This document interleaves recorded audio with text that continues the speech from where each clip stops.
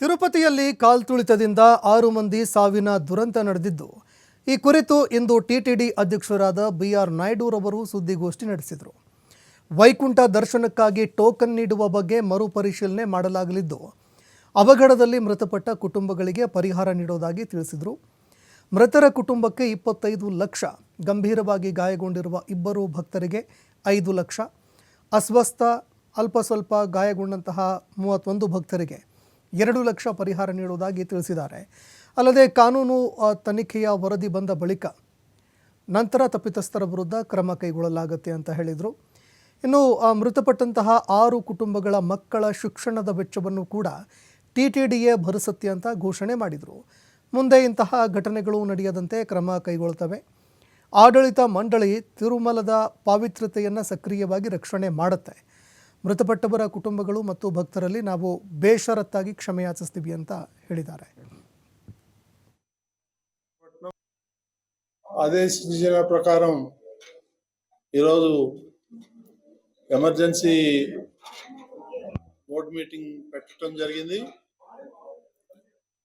వారు ఏదైతే నిన్న ప్రెస్లో అనౌన్స్ చేశారో దాన్ని లాంఛనంగా బోర్డులో పెట్టి వారు చెప్పినవన్నీ కూడా ఆమోదించడం జరిగింది. ఇది ఎలాబరేట్గా చెప్పాలంటే 6 మంది చనిపోయారు. బహుశా ఆ లిస్టు ఈరోజు ప్రెస్లో కూడా వచ్చింది, మీ అందరికి కూడా తెలుసు. ఇక ప్రత్యేకంగా చెప్పాలనుకుంటే 6 మంది లావణ్య విశాఖపట్నం, శాంతి విశాఖపట్నం, వడ్డేటి నాయుడు బాబు నర్సీపట్నం, రజని విశాఖపట్నం, నిర్మల కోయంబత్తూర్, మల్లిక సేలం.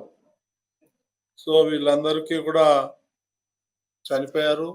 వాళ్ళకి ఒక్కొక్కరికి 25 లక్షల రూపాయలు ఎక్స్గ్రేషియో ప్రకటించారు ముఖ్యమంత్రి గారు. అది ఈరోజు బోర్డులో పెట్టి నిర్ణయం తీసుకోవటం జరిగింది. అదేవిధంగా తీవ్రంగా 2 గాయపడ్డారు, తిమ్మక్క, ఈశ్వరమ్మ.